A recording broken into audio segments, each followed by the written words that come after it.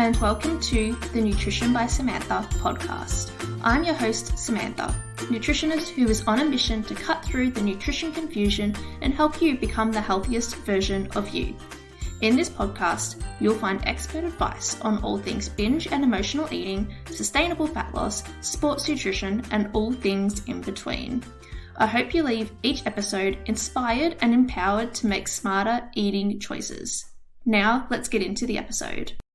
Hello, welcome back to another episode of the Nutrition by Samantha podcast. Thank you so much for being here with me today.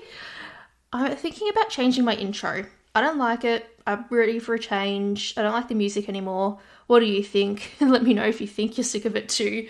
I do get sick of things quite quickly, and if I decide I want to change something, I do it literally then and there very quickly, but I'm holding out because of time constraints with having to pick a new audio and then record everything again. It takes a bit of time, so I don't know. Let me know what you think.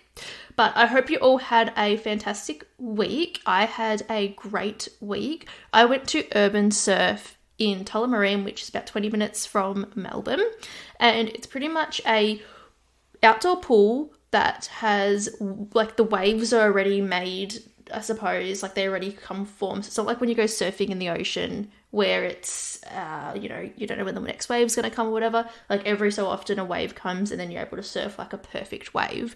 And I went there with my friend and it was so much fun, but such hard work. Oh my goodness. Firstly, I stood up, guys. I stood up. How many months have been talking about flipping surfing, and I actually stood up and I was so excited. I turned around to my friend and I'm like, did you see? I stood up, and she didn't even see. I'm like, oh my God. When I finally get it and no one sees and like no one believes me now, like, you didn't stand up. I'm like, I did.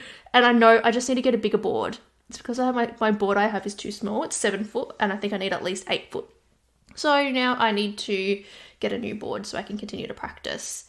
But anyway, it was so much fun. And so the way it works is a wave will come, and then like a few waves will come in about over like the course of a minute, and then they stop. And then it's just like dead, like no waves. And in that time, there's such a strong current that you can't walk against to go back to where the wave is going to start. And when you are walking, the current is that strong that you take one step forward and that back foot is like dragging backwards because pushing against the current is the hardest thing ever. I was exhausted. There was just me, my friend, and this other guy, and he left at like 40 minutes in because he was so exhausted. And me and my friend stayed, and then I think we left like 5 minutes before the hour was up.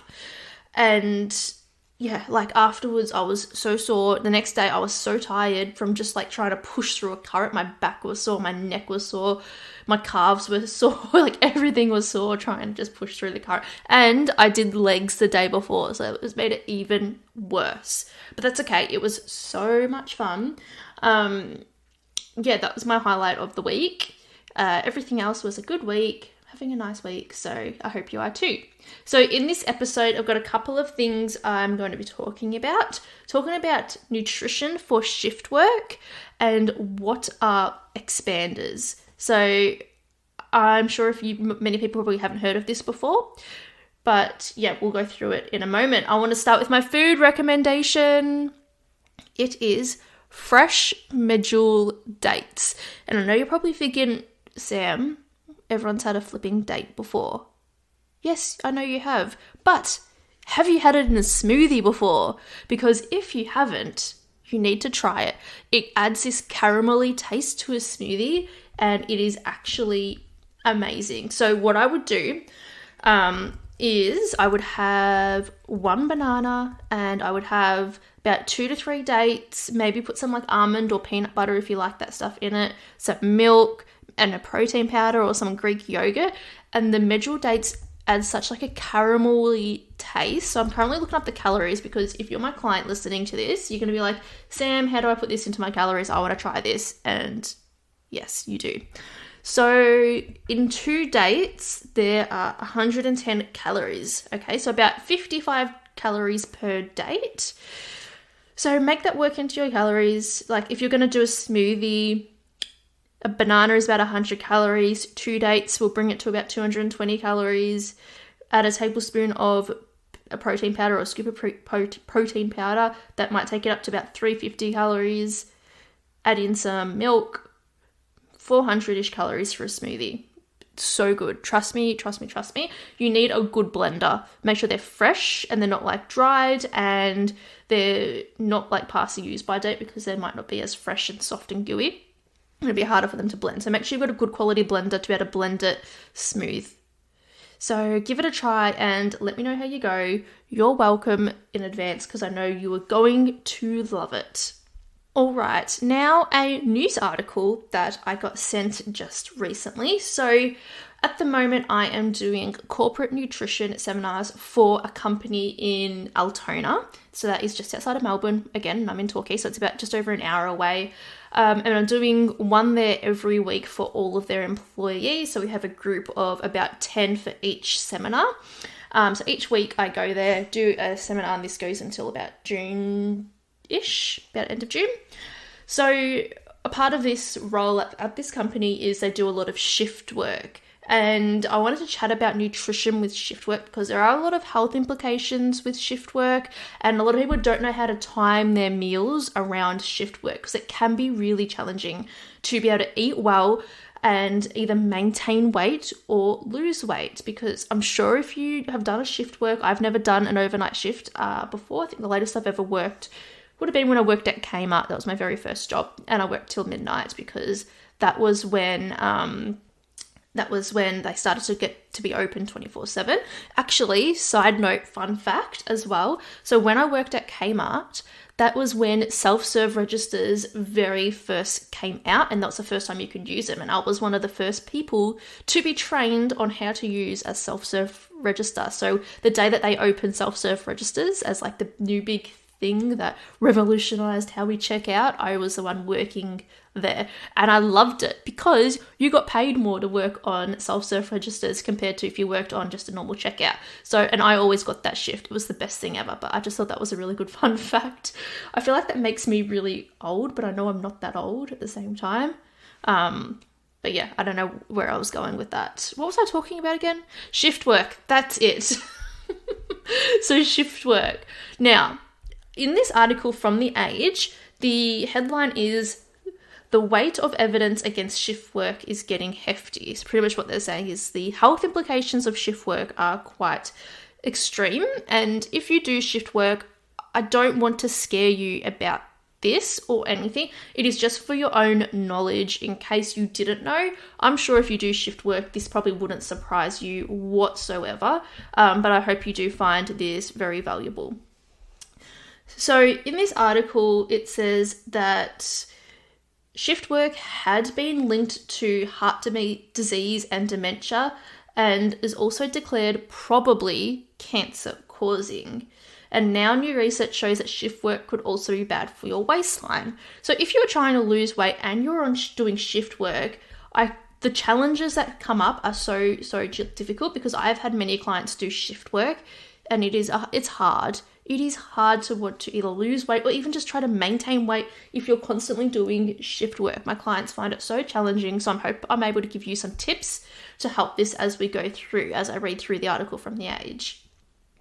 So a review led by Monash University looked at the eating habits of rotating shift workers who cycle between day and night shifts, and found that these employees ate on average 264 more kilojoules each day than regular workers. So remember, when we hear kilojoules, we know to divide by 4.2. This is going to give us our calories.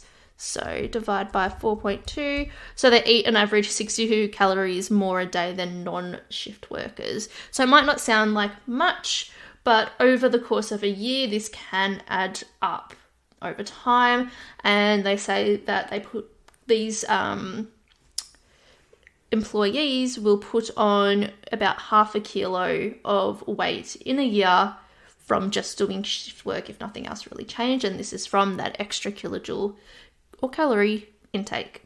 Shift work has also been linked to an increase in heart disease, dementia, poor mental health, and generally a higher chance of death. How alarming is that? It's very, very stressful. And the International Agency for Research on Cancer has even gone as far to categorize shift work as a Group 2A carcinogen, which just means cancer causing. So carcinogenic or carcinogen means cancer causing. So that is wild. So if you do shift work, I would honestly, I don't know how to say this in a right way, but if you aren't in an essential job like a nurse, paramedic, police force, and you're doing, I don't know, shifts somewhere that, you know, that they shouldn't be open 24 hours. They don't need to be open 24 hours. Or you can get paid the same amount by doing something by working day shifts. And you are able to, I would always encourage people to try to get out of the shift work because it isn't very good for you. And although you might get paid more for doing the overnight shifts, is it worth the implications it's going to have on your health? That might sound a bit harsh and people might disagree with what I'm saying, but at the end of the day, you know, your health is the most important thing to you. Without your health, you literally have nothing. So yeah, I suppose I'll just leave that there. So on the face of it, simply getting up and going to sleep at different times to the sun doesn't sound that dramatic, right? But many of the body's essential functions and processes are tied to an internal clock. Lasting about 24 hours, it resets each day by the light and dark cycle and creates a circadian rhythm. So this is like our clocks, our body's clock's influence on our sleep, our temperature, our metabolism, our cognition, and other functions. So if we're doing shift work, this rhythm is obviously going to be impacted and disrupted. So in the article by The Age that I am referencing in this podcast, there was a study from Monash which examined 31 studies of rotating shift workers, and it found that they were more likely to reach for confectionery, junk food, and alcohol and eat fewer, core foods, which is what they say, core foods, such as dairy, meat, fruit, and vegetables. Now, this could be for a variety of different reasons. If you're on shift work, not many things are open overnight to be able to get good quality food, and maybe the only thing open is your local McDonald's or takeaway option. You're also really exhausted in an overnight shift. You're tired, and let's be honest, nobody makes the best decisions when they are tired. They will end up reaching for things that will help keep them alert, like extra caffeine, extra stimulants, extra sugar, and keep on snacking, things that are going to help keep you up, but in the end, it's not the best for your waistline. A good way to relate to this is, at 3 p.m, you start to crave sugar or extra caffeine. It's a similar for night shift, except it's happening all night. It's that sort of feeling. You're like, oh my God, it needs to pick me up right now. But having that constant feeling in an overnight shift can be really, really challenging. Now, how do we ensure we are eating while on night shift? So pretty much what I would want my clients to do is change the timing that they're having their meals slightly. So you still want to be having the same calorie intake as if you were to do a normal 9-to-5 job, but we're going to change that around to have it throughout the night as well and timing it a bit differently. So firstly, we'll start with after your shift. So you get home from work and you're about to go to sleep. What I'd recommend though before sleeping is when you have your breakfast. So just say you get home at 7 a.m. from work, have a small breakfast to help you sleep and stop you from waking up due to hunger. So something like this could be a little bit of Wheat Bix, some oats, some sort of low GI breakfast would be really great just to help with the slow release of energy throughout your sleep and stop you from waking up. Even like a smoothie could be great.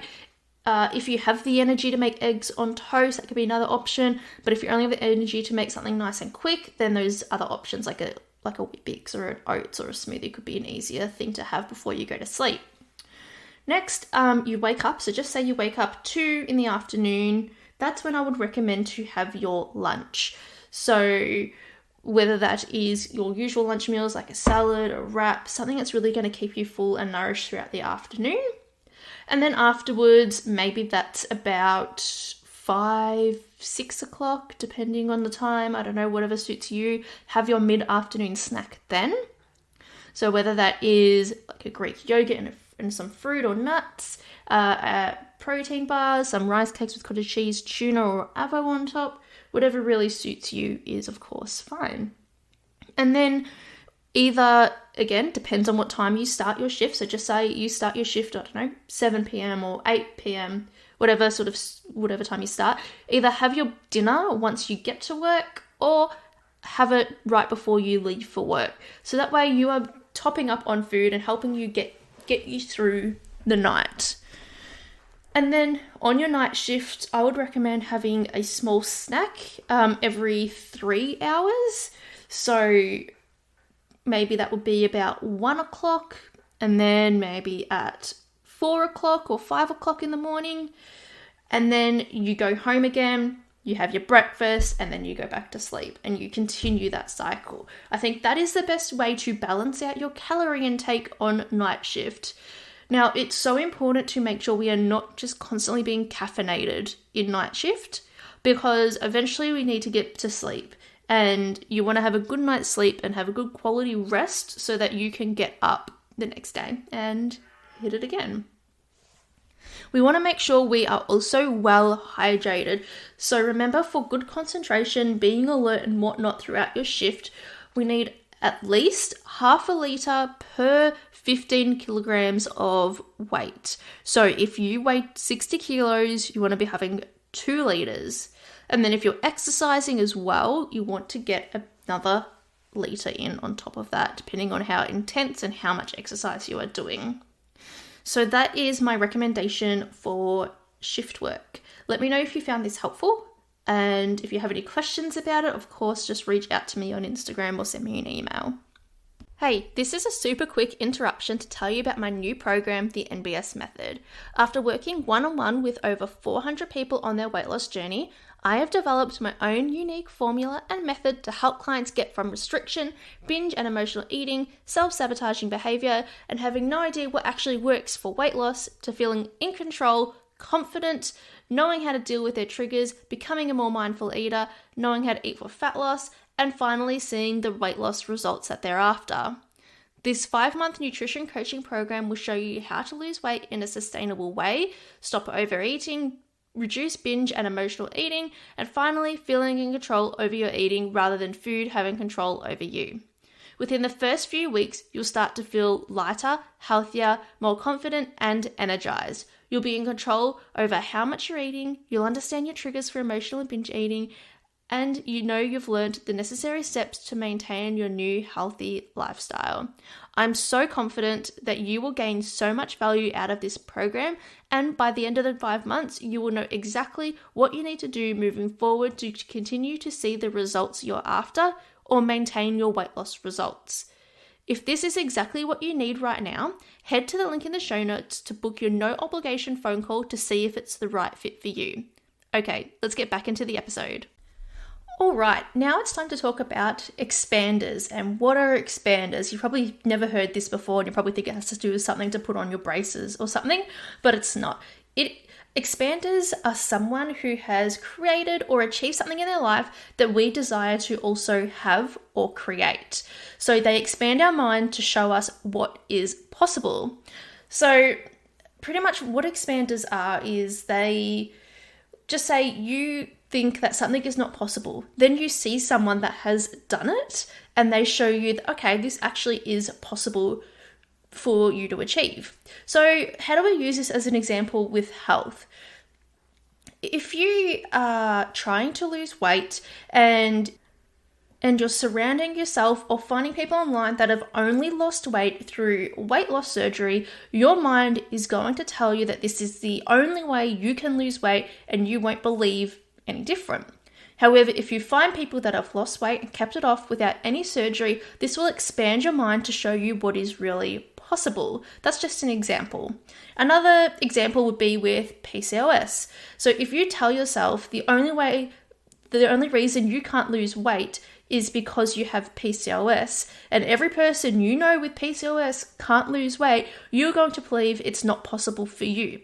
So you need to find people that can show you that weight loss is possible with PCOS, and then you'll believe it and it will become possible for you too. So pretty much what I'm trying to say is, if you want to achieve something, it's so important to be able to find people that prove that you can do it and prove that it is possible. Because sometimes I'll have clients say, all my friends have done, weight loss medication and they are losing weight with ease. They start to think that the only way they are going to see improvements or see weight changes if they do the same thing that their friends are doing, when this is not true at all, but this is all that their mind or all that they're surrounding themselves with. So this is what their mind is going to believe is true. So it's really important to surround yourself with people that will show you what is possible.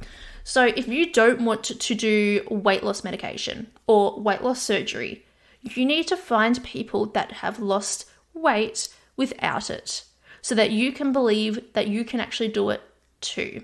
This doesn't just apply to weight loss. It can be anything to do with career, family, just anything that you believe is not possible for you anymore. You need to find people that can prove this wrong for you, so you can believe that this is actually going to happen to you, and prove to your subconscious mind that this is actually something that you can achieve as well. So the reason I share this is because I find so many people get so stuck in their own minds that things are not possible for them, or that it's too hard for them, or it's not worth it for them. And I find if they find people that are in the same boat as them, or have been in the same boat as them, and they've been able to achieve it, it will help you believe that you can too. And especially on your weight loss journey, because I have many clients that have no one around them that knows that they are either trying to lose weight or working with a nutritionist, and they are just doing it all alone, and it's all very isolating because the only person they're talking to is me. Once a week or once a fortnight, or once a month, whatever that is. So if we can find other people online or in real life, real person that can open our mind and just be someone else to talk to, or just show you what's possible, it can really help on your weight loss journey. So that could be something that you can probably set for yourself. So when you feel like you're isolated or you're struggling, find people that be like, okay, no, if this person can do it, I can too. I've used this many times in my life. So for example, when starting this business, I thought no one would take me seriously if I'm just online. And I have to be in person if I want to be taken seriously. And that's just not true at all. And I remember finding nutritionists online that did have, these online businesses. This was before COVID. And it opened my eyes as to what actually is possible. So if you can't see something as possible, or you don't even think something is possible, I guarantee there is somebody out there that can prove you wrong. Find them, follow them, listen to everything they have to say, consume all their content, and you will eventually start to believe it for yourself. Our mind is so powerful, right? If we believe we can't do something, we won't do it. If we believe we can do something, we will do it. And if you're stuck in these mindsets where you're just like, I don't know what's possible, I don't know what I can do, you're not going to ever achieve your certain goals. So that is it for today's episode. I really hope you found some of this helpful. If you did, please let me know. If you listen to my podcast, please let me know if you actually listen. I have no idea who listens. I only see the numbers, but I don't know where it's coming from, and I'd love to know if you're listening. I know some of my clients do because they tell me, but yeah, if you're not my client and you listen to my podcast, let me know. I'd love to hear from you. Anyway, I hope you all have a really lovely week. If you have any questions that you'd like me to answer in next week's podcast, please let me know. I'd love to answer it. And I hope you'll have a lovely, lovely week, and keep killing it with your nutrition. If you're on track, keep going. If you're falling off the bandwagon, keep going, get back up, keep going. Don't let yourself down. And yeah, that's it. That's all I have for today. So have a lovely week. Bye.